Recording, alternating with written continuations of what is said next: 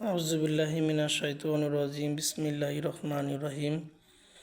সম্মানিত দিনী ভাইরা, আপনাদের সামনে একটু দিন সম্পর্কে কথা বলবো যে একজন মুসলিম ভাইয়ের কতটুকু জ্ঞান অর্জন করতে হবে দুনিয়াতে চলার জন্য, তাহলে সে আল্লাহর সঠিক রাস্তায় পরিচালিত হবে।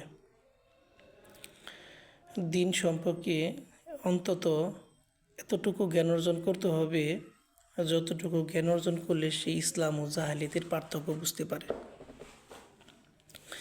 দ্বিতীয় হলো নিজের ঈমান, আকিদা, সকল কাজকর্ম কুরআন ও সুন্নাহ মোতাবেক গড়িয়া লইবেন।